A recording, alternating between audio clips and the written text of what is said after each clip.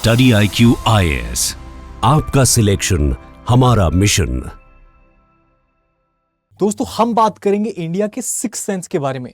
मतलब इंडिया के दूसरे कंट्री के लिए जो रिगार्ड्स है या जो सेंसिबिलिटीज है जिसके साथ इंडिया एक्ट करता है, उसके ऊपर चर्चा करेंगे। और उसमें मुख्य हम पांच बातों के बारे में बात करेंगे और कंपेयर करेंगे चाइना के साथ में, यूएस के साथ में और पाकिस्तान के साथ में, कि इन तीनों कंट्रीज के रिस्पेक्ट में इंडिया का क्या स्टैंडिंग है और किस तरीके से हम कह सकते हैं कि अगर वर्ल्ड में सबसे सेंसिबल कंट्री कोई है तो वो इंडिया निकल के आता है। सो उस तरीके से देखेंगे कि इंडिया एक स्ट्रेटेजिक पेशेंस को उस तरीके से अडॉप्ट करता है। वेरएज़ अगर पाकिस्तान की बात करें तो वहां पे हमें रेकलेस मिलिटरिज्म देखने को मिलता है। और उसी रिस्पेक्ट में अगर देखेंगे आप कि बार बार हमें प्रोवोक किया गया है पाकिस्तान के द्वारा, अगर आप बात करेंगे पुलवामा 2019 में, लेकिन डिस्पाइट दैट इंडिया ने किस तरीके से रिटालिएट किया। इंडिया ने बालाकोट एयर स्ट्राइक्स की और उसमें देखेंगे कि हमने उसको फुल ब्लोन वॉर में कन्वर्ट नहीं किया। बहुत ही सेंसिबल वे में हमने एक्ट किया कि अगर टेररिस्ट कैंप से अटैक हो रहा है तो हम वहां पे अटैक कर रहे हैं, उस तरीके से आम लोगों, सिविलियंस को नुकसान नहीं पहुंचा रहे। ये हमको देखने को मिलता है। एंड सिमिलरली अगर आप देखेंगे, मतलब चाइना ने जिस तरीके से अग्रेशन किया था 2020 में गलवान वैली में, वहां पे भी अगर आप देखेंगे तो हमने एक मिलिट्री रेडीनेस रखी, बिना उसको बहुत ज्यादा एक्सट्रीम लेवल पे ले जाए। हॉटलाइंस वगैरह एस्टैब्लिश की थी, डिप्लोमेटिक लेवल पे उस तरीके से एंगेजमेंट्स बना के रखे थे। वो चीज हमको देखने को मिली। And thereafter if you see, India ने कभी भी किसी और कंट्री को इन्वेड नहीं किया, या जो एक्सपेंशनिज्म वाला जो चीज है, जो चाइना जिसको फॉलो करता है, इंडिया ने वो चीज नहीं की है। वो हमको रिफ्लेक्ट होते हुए देखने को मिलता है, despite having a so much large military power.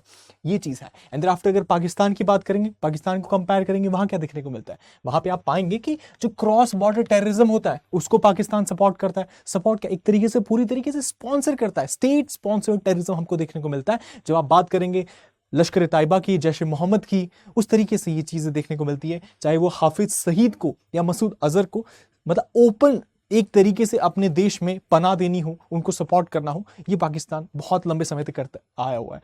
और अगर कारगिल वॉर की बात करेंगे जो 1999 में हुआ था, वो भी आप देखेंगे पाकिस्तान ने प्रोवोक करके ये वॉर करवाया था। कैसे? मतलब हमारा तो लाहौर डिक्लेरेशन साइन हुआ था। अब लाहौर डिक्लेरेशन के तहत दोनों देशों को उस तरीके से कुछ भी कॉन्फ्लिक्ट था, बहुत पीसफुली रिजॉल्व किया गया था उसको। लेकिन डिस्पाइट दैट उसके कुछ समय बाद हमको देखने को मिलता है कि डायरेक्ट वायलेशन था इस डिक्लेरेशन का, इस अग्रीमेंट का, इस ट्रीटी का, एंड पाकिस्तान उसको वायलेट करता है। देयर आफ्टर कारगिल वॉर होता है। तो इस तरीके से चीजें हैं। और अगर सिर्फ पाकिस्तान की बात नहीं करेंगे, चाइना के एंगल पे भी उसको देखने की कोशिश करेंगे कि चाइना के साथ देखेंगे तो चाइना का जो एग्रेशन है, उसका जो एक्सपैंडिंग मिलिट्री है, स्पेसिफिकली अगर साउथ चाइना सी की बात करें, या फिर line of actual control LAC जो भारत और चाइना के बीच में है, वहां पे उसका जो अग्रेशन है वो देखने को मिलता है। और ये डेट ट्रैप डिप्लोमेसी में दूसरे कंट्रीज को फंसाता है। अब बात करेंगे श्रीलंका का हम्बनटोटा पोर्ट हो, जिसको 99 ईयर्स के लीज पे ले लिया इन्होंने। तो ये जो चीज है, इसके एक्सपेंशनिज्म को रिफ्लेक्ट करता है। इंडिया के रिस्पेक्ट में ऐसी चीज कभी नहीं देखने को मिलेगी। इंडिया हमेशा एक बिग ब्रदर के रूप में देखने को मिलता है। एंड जो भी नेबरहुड कंट्रीज होते हैं उनको एक तरीके से एक्सटेंडेड वे में हेल्प करता है, आउट ऑफ द वे जाके हेल्प करता है। जबकि चाइना के रिस्पेक्ट में बात करें, अब पाकिस्तान के रिस्पेक्ट में बात करें, they are more of selfish countries, और सेंसिबिलिटीज उनके कहीं खो ही जाते हैं। स्पेसिफिकली जब आप ह्यूमैनिटेरियन एंगल पे देखेंगे, या फिर एक ह्यूमैनिटी के कंसिडरेशंस या उनको रिगार्ड्स की जब बात होती है, वो चीज हमको देखने को नहीं मिलती है इन कंट्रीज के रिस्पेक्ट में। एंड अगर उसमें तीसरा कंट्री जोड़ दें, हम USA की बात करें, तो कितने सारे वॉर क्राइम्स किए इन्होंने, कितने सारे वॉर क्राइम्स किए। अगर आप देखेंगे कि इराक को 2003 में जब इन्होंने इन्वेजन किया था, सिमिलरली इफ यू सी 2001 में अफगानिस्तान का जो इन्वेजन होता है, उस तरीके से ओसामा बिन लादेन को पकड़ने के लिए, एंड देयर आफ्टर जो भी ड्रोन स्ट्राइक्स यमन वाले जो रीजन में किया, इन्होंने सऊदी अरेबिया को जिस तरीके से हेल्प किया, मतलब एक तरीके से आप देखेंगे कि सदाम हुसैन को इन्होंने ही उस तरीके से बड़ा किया, एंड देयर आफ्टर उसी के अगेंस्ट में अटैक किया।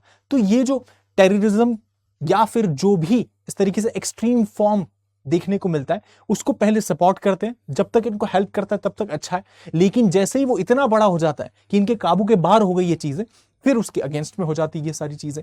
मतलब ये हिपोक्रेसी हमको देखने को मिलती है और ह्यूमन राइट्स वायलेशन हमको देखने को मिलते हैं इनके एक्शंस की वजह से। उसी के साथ में आप ये इवेंट देखेंगे, या फिर ग्वांतानामो बे के रिस्पेक्ट में जो भी डेवलपमेंट्स थे, ये ह्यूमन राइट्स की हिस्ट्री में जो भी वायलेशन, एक तरीके से अमेरिका के नाम, उनकी जो कंट्री है उस पर एक ब्लैक मार्क्स की तरह हमको देखने को मिलता है। ये इवेंट्स हैं। मतलब हमने बात की पाकिस्तान के बारे में, हमने बात की चाइना के बारे में, हमने बात की यूएसए के बारे में। ये तीनों कंट्री को जब आप कंपेयर करते हैं, मतलब ये दो बड़े कंट्री है और ये इस तरीके से इंडिया का नेबर है, इन तीनों कंट्री को जब इंडिया के रिस्पेक्ट में आप कंपेयर करेंगे तो आप पाएंगे कि इंडिया इज वेरी वेरी, मतलब बहुत ज़्यादा टॉप नॉच कंट्री है। सेंसिबिलिटीज़ को हर समय पे हमको देखने को मिलता है, जबकि यहाँ पे तो ये रिफ्लेक्ट ही नहीं होता है। मतलब दूर दूर तक इसकी बात नहीं की जा सकती कि ये सेंसिबल कंट्रीज हैं। उसी के साथ में एक ये एस्पेक्ट हो गया। Thereafter we come to कि एक रिस्पॉन्सिबल, अगर इंडिया ग्लोबल पावर बनता है, अगर उस तरीके से विकसित भारत इंडिया 2047 तक बनेगा और उस तरीके से एक बड़ा पावर हाउस बनेगा, इतना लार्ज पॉपुलेशन है हमारे पास, तो उसमें एक रिस्पॉन्सिबल ग्लोबल पावर के रूप में खुद को दिखता है इंडिया। जबकि पाकिस्तान की बात करेंगे तो एक एरोगेंस देखने को मिलता है कि जो भी, मतलब है कुछ नहीं इनके पास, ना इतना पॉपुलेशन है, ना इनकी इकोनॉमी है, मतलब जो है वो मिलिट्री पावर है। और मिलिट्री पावर के भी रिस्पेक्ट में अगर आप देखेंगे तो न्यूक्लियर वेपन्स है इनके पास 120 130 उस तरीके से कुछ वॉर हेड्स इनके पास। तो इसके बेसिस पे जो इनका एरोगेंस है, ये दिक्कत वाली बात है। उसके साथ में अगर आप देखेंगे तो इंडिया का एक मल्टीलैटरल डिप्लोमेसी को फॉलो करता है, जिसमें हम नेम जो था non alignment movement, cold war के समय पे यूएसए यूएसएसआर दोनों एक दूसरे के अगेंस्ट में हो गए थे, तब इंडिया ने नॉन अलाइनमेंट मूवमेंट का एक पार्ट बना, फाउंडिंग मेंबर बना कि हम दोनों के ही पक्ष में नहीं है, हम जो सच है या फिर जो भी एक तरीके से किसी को नुकसान नहीं पहुंचाना है। So that was the core thing. तो उसमें अगर आप देखेंगे तो हमने स्ट्रेटेजिक ऑटोनॉमी को अपनाया था कि we are not aligning with anyone, क्योंकि आप देखेंगे दोनों ही अपने पक्ष में गलत थे and that is what India caught उस तरीके से, और उस वजह से हमने इस चीज को होल्ड करके रखा था। And there after if you see, हम ग्लोबल साउथ में अपने आप को एक लीडर के रूप में प्रोजेक्ट करते हैं, जहां पे आप देखेंगे कि इंटरनेशनल जो सोलर अलायंस था, मतलब इफ यू सी पूरे वर्ल्ड को उस तरीके से मैप देखेंगे तो ये ग्लोबल नॉर्थ है, ये ग्लोबल साउथ है, ये डेवलपिंग कंट्रीज है, ये सारे डेवलप हो रहे हैं, और ये जो ऑलरेडी ये डेवलप्ड कंट्रीज है, राइट। तो इस तरीके से हमको देखने को मिलता है। अब इसका जो लीडर है, इस रीजन का लीडर, वो इंडिया हमको देखने को मिलता है। कैसे? कुछ इनिशिएटिव्स हैं, इंटरनेशनल सोलर अलायंस, जिसके थ्रू इलेक्ट्रिसिटी ग्रिड्स वगैरह एस्टैब्लिश किए जाएंगे और ग्लोबल साउथ के जो भी कंट्रीज है वहां पर फार जो दूर दूर के विलेजेस हैं वहां तक भी ये जो बेसिक नेसेसिटीज हैं उसको पहुंचाया जाएगा। तो ये इनिशिएटिव है। उसके बाद में हम बात करते हैं वन फैमिली वन फ्यूचर की, one earth one family one future की बात करते, वसुदेव कुटुंबकम की बात करते कि whole world is a family. और ये जो G20 समिट हुआ था उसमें इस चीज को हमने प्रोजेक्ट करते हुए देखने को मिला था हमको। And with that if you talk about USA के रिस्पेक्ट में देखने को मिलता है, मतलब यूएसए के रिस्पेक्ट में अगर आप इस डेवलपमेंट्स को देखोगे, आप देखोगे कि जो ग्लोबल पैक्ट्स होते हैं उससे विड्रॉ कर लेता है, यूनिलैटरली विड्रॉ कर लेता है, मतलब कोई कंसिडरेशन नहीं है, कोई रिकॉर्ड्स नहीं है, उस पूरे ऑर्गेनाइजेशन के बारे में विड्रॉ कर लिया उस तरीके। एग्जाम्पल से देखेंगे तो पेरिस क्लाइमेट एग्रीमेंट जो था, या फिर ईरान न्यूक्लियर डील से 2015 में विड्रॉ कर लिया। क्यों? क्योंकि उनकी बातें नहीं सुनी जा रही थी, वो जो चाहते थे कि जिस तरीके से डील होना चाहिए वो नहीं हो रहा था, तो इन्होंने विड्रॉ कर लिया। अब आप विड्रॉ कर रहे हैं और पूरी तरीके से उस डील को ऐसे छोड़ दिया कि अब जो होना होगा देखा जाएगा, तो ऐसे नहीं चलता ना। रिस्पॉन्सिबल सेंसिबल कंट्रीज ऐसे एक्ट नहीं करते हैं, दे टेक द रिस्पॉन्सिबिलिटी, जो भी चीज हो रहा होता है, और उस तरीके से बहुत ही सेंसिबल वे में, हमको प्रूडेंट वे में वो चीजें देखने को मिलती है, जो कि यूएस के रिस्पेक्ट में नहीं देखने को मिली। बहुत सारे इंस्टेंसेस ऐसे। उसी के साथ में अगर आप देखेंगे IMF हो गए, वर्ल्ड बैंक होंगे, इनको अपने टूल के तौर पर यूज करते हैं कि इनका इन्फ्लुएंस इन ऑर्गेनाइजेशन के थ्रू बढ़ेगा, ना कि ग्लोबल लेवल पे कुछ हेल्प हो जाए, वो चीज हमको नहीं देखने को मिलती है।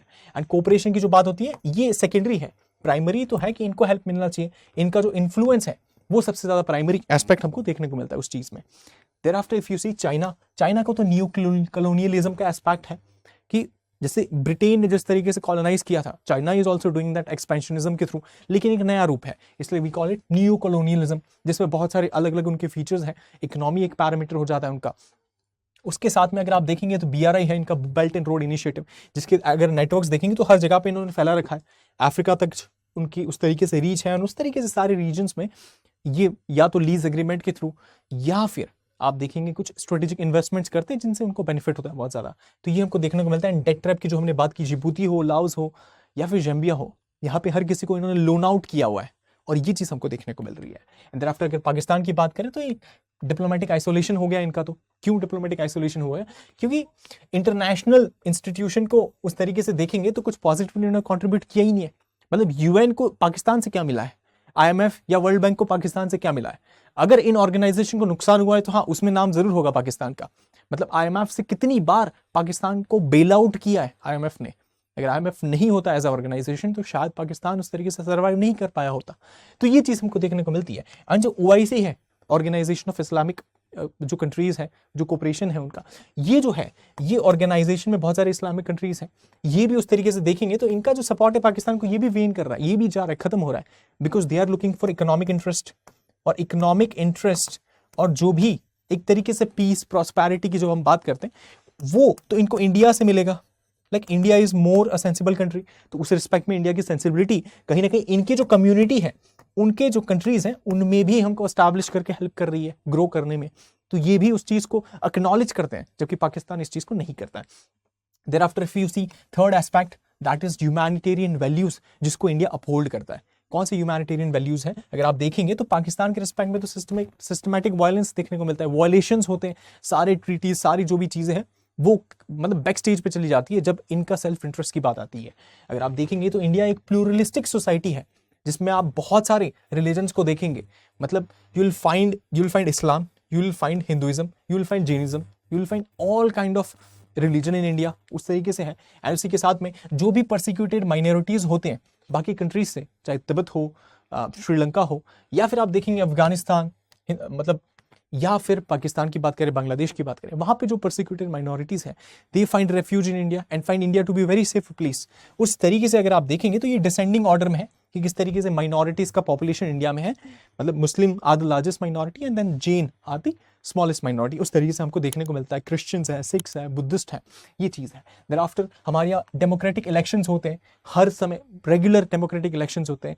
ऐसा कभी देखने को नहीं मिला कि किसी पार्टी ने ये कह दिया हो कि ये इलेक्शंस हुए, हम इसको बॉयकॉट करते हैं, और उस तरीके से जो पार्टी जिसको एक्चुअल में पावर में आना रहता है, वो उस तरीके से ट्रांसफर ऑफ पावर नहीं देखा गया, ये कभी देखने को नहीं मिला। लेकिन यूएस में हमको देखने को मिला था, जब ट्रंप के रिस्पेक्ट में हमने उस तरीके से चीजें देखी थी कि उस तरीके से उनका जो एक तरीके से जो ऑफिस था, उसको बहुत ज्यादा लोग उसमें इकट्ठा हो गए, प्रोटेस्ट करना शुरू कर दिए थे, वो चीज था। तो एक जो सॉफ्ट ट्रांसफर ऑफ पावर होना चाहिए, वो भी हमको नहीं देखने को मिल रहा था वहां पे। Whereas if you talk about India, we हमने इतने सारे इलेक्शंस को कंडक्ट किया है, कभी ऐसा हमको देखने को नहीं मिला है। एंड आफ्टर यू सी कि अगर इंसर्जेंसी हो, जो भी अंदर कुछ भी प्रॉब्लम्स चल रहे होते स्टेट में, डिस्पाइट दैट इमरजेंसी का माहौल होता है, डिस्पाइट दैट बहुत ही पीसफुल ये सारी चीज़ों को रिजॉल्व किया जाता है। And after if you see कि कुछ भी ह्यूमन राइट्स के अब्यूजेस हैं, तो चाइना में you will find their name on top.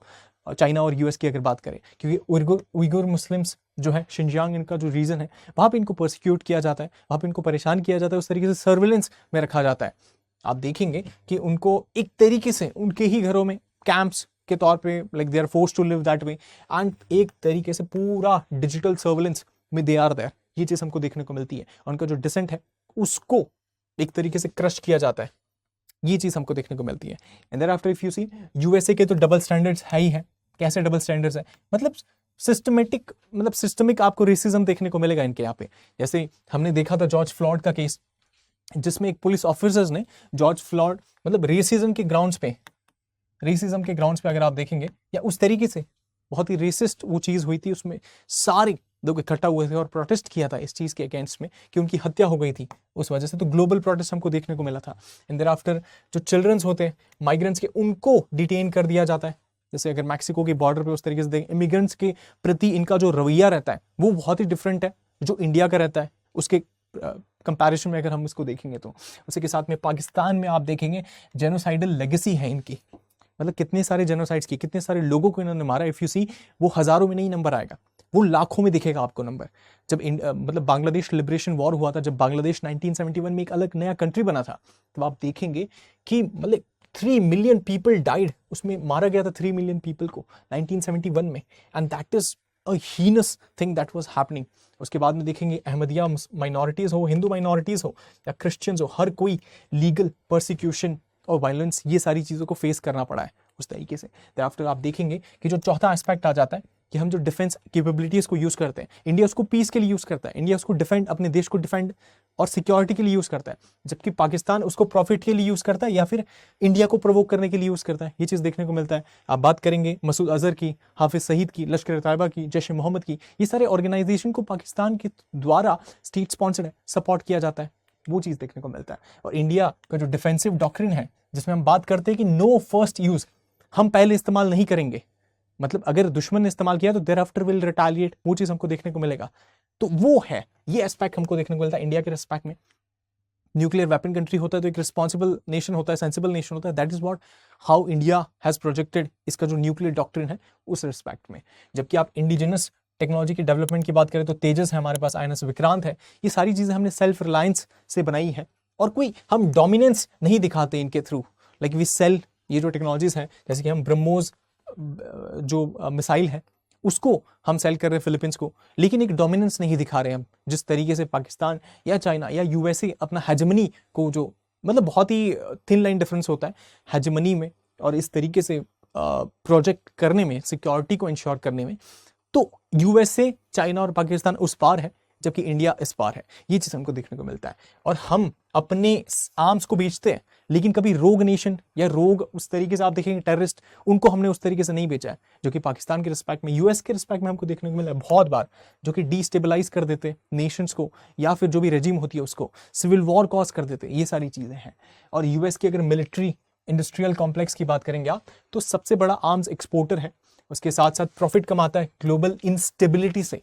Arms बेच के प्रॉफिट कमाता है, ये समझ में आता है। ग्लोबल इंस्टेबिलिटी से प्रॉफिट कमाता है कि आर्म्स ऐसे रोग नेशंस को बेच दिए, ऐसी जगह पे बेच दिए जहां पे नहीं बेचने चाहिए थे, और वो कहीं ना कहीं ह्यूमैनिटेरियन क्राइसिस लीड करेंगे, सिविल वॉर लीड करेंगे, रेजिम चेंज हो जाएगी, सारी चीजें होगी, सब जानते हुए भी इस तरीके से ये चीज करते हैं। और उसके साथ साथ सऊदीज को उस तरीके से उन्होंने यमन में सपोर्ट किया था और बहुत बार इस तरीके से देखा है कि पहले खुद ही बिल्ड करते हैं, उसके बाद आखिर में जाकर मतलब उसको बिल्ड कर रहे हैं, वेपन्स दे रहे हैं, दरअफ्टर जब बहुत ज्यादा बड़े मात्रा में उस तरीके से उनका ऑर्गेनाइजेशन बन गया है तो फिर आप वहां पे वेपन्स देना कट कर देते और नया ऑर्गेनाइजेशन को स्टैब्लिश कर देते उस तरीके से।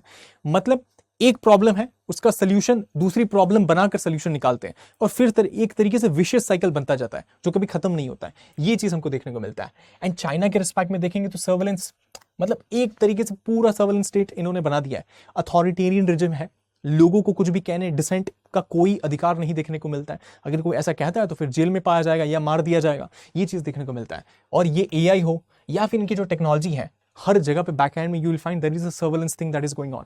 हम बात करते हैं मतलब जिम्बाब्वे हो, वेनेजुएला हो, इनको इस तरीके से ये सारी टेक्नोलॉजी सेल करते हैं और ये जिम्बाब्वे, वेनेजुएला अथॉरिटेरियन रजीम है, ये उस तरीके से अपने लोगों पर सर्वेलेंस करते हैं इन टेक्नोलॉजीज का इस्तेमाल करके। अगर आप बात करेंगे जैसे कि टिकटॉक हो, हुआवे के जो बैकडोर्स की डर तो रहता ही है ना, इन टेक्नोलॉजीज के पीछे क्या होगा, किस तरीके से इनको यूज किया जाएगा। So there is always scepticism रहता है, specially when it comes to China, जिनके एक्सपेंशनिस्ट के जो माइंडसेट है उस वजह से। इसके साथ साथ पाकिस्तान एक प्रॉक्सी वॉरफेयर करता रहता है, ये चीज हमको देखने को मिलता है। कैसे? जो टेरर कैंप्स होते हैं या जो टेरर ग्रुप्स होते हैं, लश्कर तैयबा, जैश ए मोहम्मद, इन सबको सपोर्ट कर ये सारी चीजें देखने को मिलता है। इंडिया को इन्फ्लिक्ट डैमेज करने की कोशिश करता है, ये चीज है। एंड देन आर्मी डोमिनेट करती है पॉलिटिको, मतलब कितनी बार आप देखेंगे जो पॉलिटिकल स्फीयर होता है वो तो कहीं ना कहीं पॉलिटिशियंस के हाथ में होना चाहिए, लोगों ने जिनको इलेक्ट किया वो आने चाहिए पावर में। यहाँ पे देखने को मिलता है कि मिलिट्री कूज हुए, मिलिट्री को एक आध बार शायद किसी कंट्री में या फिर बहुत सारी कंट्रीज में अगर हमने देखा होगा तो एक आध बार देखने को मिला होगा। पाकिस्तान में यू फाइंड इट 3 टाइम्स, 3 बार इनके यहाँ मिलिट्री को हो गया, मतलब आदत सी हो गई है, हैबिट फॉर्म हो गई है, उस तरीके से चीजें देखने को मिलती है। मतलब जितनी इनकी सरकारें नहीं बनी होगी आप उस तरीके से समझिए, उतनी बार तो इनका मिलिट्री को हो गया होगा। So that is that. मतलब आप देखेंगे जियाउल हक की बात करें या फिर परवेज मुशर्रफ की बात करें, ये चीज हमको देखने को मिली है। एंड इंडिया के 5th पॉइंट पे बात करेंगे हम कि इंडिया के रिस्पेक्ट में देखेंगे तो हम फ्यूचर फर्स्ट की बात करते हैं कि मतलब सारी कम्युनिटी, सारा ग्लोब, सारा अर्थ साथ में आए, उस तरीके से फ्यूचर में क्या टेक्नोलॉजीज हमको डेवलप करने, किस तरीके से हम अपनी ह्यूमैनिटी को देखते हैं, that is reflected through our values और सिस्टम्स के थ्रू। जबकि पाकिस्तान की बात करेंगे तो जो भी पावर प्ले सारा सेल्फ डिस्ट्रक्टिव वे में, मतलब ये खुद को तो नुकसान पहुंचाएंगे, दूसरों को भी नुकसान पहुंचाएंगे, ये चीज हमको देखने को मिलता है। इनके स्टेटमेंट से भी बहुत बार ये रिफ्लेक्ट होता है, वो चीज है। और इंडिया एक सस्टेनेबल और सिविलाइजेशनल माइंडसेट के साथ चलता है जिसमें ऑल टुगेदर इंक्लूसिवनेस, ये चीज हमको रिफ्लेक्ट होते हुए दिखती है। और हमारा एक डीप रूटेड कल्चर है वासुदेव कुटुंबकम, जिसमें whole world is one family, that is reflected. And climate conscious की भी बात करते हैं हम जब हम LIFE लाइफ की बात करते हैं, जिसमें हम फ्यूचर में किस तरीके से एक सस्टेनेबिलिटी की बात करते हैं कि जो भी फ्यूचर में हम टेक्नोलॉजी जिस तरीके से यूज कर रहे हैं वो फ्यूचर जनरेशन खत्म नहीं हो जाना चाहिए, उनके लिए यूटिलिटी रहना चाहिए। ऐसा नहीं होना चाहिए कि क्लाइमेट की वजह से चीजें इतनी हाथ से बाहर चली जाए, थ्रेशोल्ड क्रॉस हो जाए, टिपिंग पॉइंट बहुत ज्यादा खराब से हो जाए, या बहुत सारे जो टिपिंग पॉइंट्स है वो हम ब्रीच कर लें, और उसके बाद जो चीज़ें हैं नॉर्मल होनी चाहिए, जिस तरीके से नेचर ने सारी चीज़ों को कंट्रोल किया हुआ वो कंट्रोल के बाद चले जाए, ये नहीं होना चाहिए। तो उसी वजह से लाइफ इनिशिएटिव है इंडिया का, और G20 में बहुत सारी उस तरीके से इनिशिएटिव लिए गए जो ये इंश्योर करता है कि इंडिया का जो माइंडसेट है उसके साथ उस तरीके से एको करता है, उसको रिफ्लेक्ट करते हुए देखने को मिलता है। After if you see tech में, स्पेस में हमने जो भी इन्वेस्टमेंट किया है वो ह्यूमैनिटी के गुड के लिए है, कुछ एक्सप्लोरेशन के लिए, समझने के लिए, उसको एक्सपैंड करने के लिए है, ना कि टेररिज्म और उस तरीके से जो पाकिस्तान करता है, या ना ही कोई ह्यूमैनिटेरियन क्राइसिस क्रिएट करने के लिए जो यूएसए हमको देखने को मिलता है, और ना ही एक्सपेंशनिज्म के लिए जो चाइना हमको देखने को मिलता है। तो डिजिटल पब्लिक इंफ्रास्ट्रक्चर यूपीआई है, हमने उस तरीके से इसको बिल्ड किया और बहुत सारे कंट्रीज को हम ये एक्सपोर्ट करें। मतलब ये जो technology, it was one of the most marvellous thing, among the most marvellous thing. Technology के रिस्पेक्ट में देखेंगे इतना ज़्यादा इम्पैक्ट इसकी वजह से क्रिएट हुआ है, जो बहुत सारी कंट्रीज को हम उस तरीके से टेक्नोलॉजी नो हाउ शेयर कर रहे हैं। ये चीज़ है। देयर आफ्टर यूएसए का हमको शॉर्ट टर्म थिंकिंग देखने को मिलता है कि मतलब इलेक्शन साइकिल्स होते हैं, उस तरीके से किस तरीके से क्या लोगों को पसंद आएगा, वो सारी पॉलिसीज हमको रिफ्लेक्ट होते हुए देखने को मिलती है।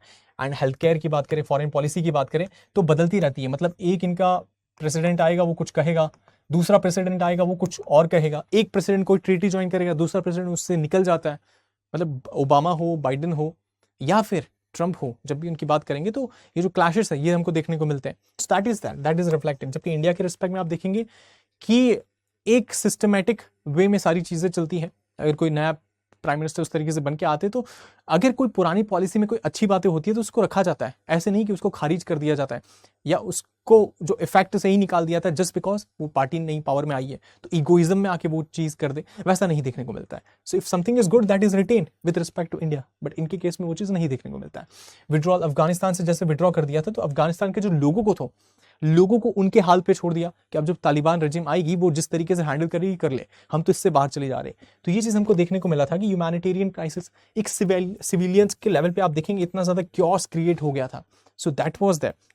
उसके साथ साथ चाइना को देखेंगे आप तो ये कोलैप्स का हर समय पे कोई भी कंट्री अगर चाइना के साथ डील करता है तो कोलैप्स का डर रहता है कि डेट ट्रिप डिप्लोमेसी में इतना ना फंसा दे कि दिक्कतें बहुत ज़्यादा बढ़ जाए। उस तरीके से इनकी भी अगर आप देखेंगे तो ये भी कोलैप्स का रिस्क है इनके यहाँ कि पॉपुलेशन की श्रिंक हो रही है, बहुत ज़्यादा कम पॉपुलेशन है एंड देयर आफ्टर मतलब धीरे धीरे ग्रेजुअली एकदम ड्रास्टिकली ड्रॉप हमको देखने को मिल सकता है क्योंकि रिसेंटली इंडिया ने इनकी जो पॉपुलेशन थी उसको कहीं ना कहीं पार करके लाइक मोस्ट पॉपुलस कंट्री बन गया India. There after if you see इनके यहाँ यूथ्स अनएम्प्लॉयमेंट है, इनके यहाँ पे रियल एस्टेट सेक्टर में बहुत ज़्यादा दिक्कतें हमको देखने को मिल रही हैं। सो यूएसए के रिस्पेक्ट में, चाइना के रिस्पेक्ट में, पाकिस्तान के रिस्पेक्ट में wherever you see lot of inefficiencies and those all things are being reflected. Governance सही तरीके से नहीं चलता है, ट्रांसपेरेंसी नहीं है, अथॉरिटेरियन रिजीम है, लोगों को जो मिलना चाहिए बेसिक राइट्स होते हैं वो भी नहीं मिल रहे हैं। तो that is the problem, that is that. Pakistan में एग्जिस्टेंशियली क्राइसिस देखने को मिल रहा है। IMF कितनी बार बेल आउट किया है। इन्फ्लेशन की बात करें तो 40% के ऊपर चला गया है और उस तरीके से आए दिन टेररिस्ट अटैक होते हैं। बलूचिस्तान लिबरेशन आर्मी अलग सेपरेटिज्म की डिमांड कर रही है, अलग सेपरेट स्टेट की डिमांड कर रही है। खैबर पख्तूनवाला रीजन में अगर आप देखें तो तहरीक तालिबान जो एक तरीके से अफगानिस्तान में जो तालिबान है उनका प्रॉक्सी है, वो अटैक कर रहे हैं पाकिस्तान एस्टैब्लिशमेंट्स पे। तो हर जगह पर फंसे हुए ये चीज़ हमको देखने को मिलती है। And there after if you see कि जो इंडिया का वे है, जो इंडिया का सिक्स सेंस है, जिसमें एक सेंसिटिविटी हमको देखने को मिलती है, रिस्पॉन्सिबल कंट्री हमको देखने को मिलता है, ये कहीं ना कहीं एक विजडम को प्रेफरेंस देता है। मतलब हमारे इस तरीके से आप देखेंगे तो विजडम इज रिफ्लेक्टेड। जबकि आप दूसरे एस्पेक्ट में देखेंगे तो पाकिस्तान, चाइना, यूएस, वहाँ पे वॉरफेयर वाला माइंडसेट रहता है उनका। हमारे यहाँ हार्मनी वाला माइंडसेट रहता है, उनके यहाँ हेजमनी वाला माइंडसेट रहता है कि उनको कंट्रोल करना है, हर जगह पे एक्सपेंशन करना है, ये चीज़ है। हमारे यहाँ प्रोग्रेस वाला माइंडसेट रहता है, उनके यहाँ एक्सप्लॉयटेशन वाला माइंडसेट रहता है कि मुझे क्या मिल रहा है, सेल्फ इंटरेस्ट क्या है, वो सारी चीज़ें। सो इसी के साथ में अगर आप देखेंगे तो जो ग्लोबल पीस है ये कहीं ना कहीं इंडिया उस तरीके से एज ए ग्लोबल लीडर उस तरीके से इंश्योर कर सकता है पूरे कंट्री, पूरे नेशन, पूरे वर्ल्ड को इस तरीके से एक सलाह, एक जो बेस्ट प्रैक्टिस है, that is something that the world को टेक फ्रॉम इंडिया। उसके साथ में एक पिलर ऑफ सैनिटी के रूप में हमको ये क्योंटिक वर्ल्ड में इंडिया देखने को मिलता है। So this was all about how India वे जो है, एक तरीके से इंडिया को जो जिस तरीके से पोजीशन किया है ग्लोबल लेवल पे इंडिया ने, वो चीज़ हमको देखने को मिलता है। And the most responsible, the most sensible country in the world, उस तरीके से हम इंडिया को कह सकते हैं। सो this was all about the session. उसके साथ ये प्रीलिम्स का MCQ है, इसको जरूर प्रैक्टिस कीजिएगा एंड कमेंट्स में इसको लिस्ट डाउन कीजिएगा कि what do you think is the correct answer. उसी के साथ आप ये टेलीग्राम चैनल ज्वाइन कर सकते हैं, जो भी वीडियोस के अपडेट्स होंगे वो आपको यहाँ पे मिल जाएंगे। उसी के साथ if you liked this video please do share, subscribe with your friends and fellows. Thank you so much for watching. Thank you. Study IQ IAS, आपका सिलेक्शन हमारा मिशन।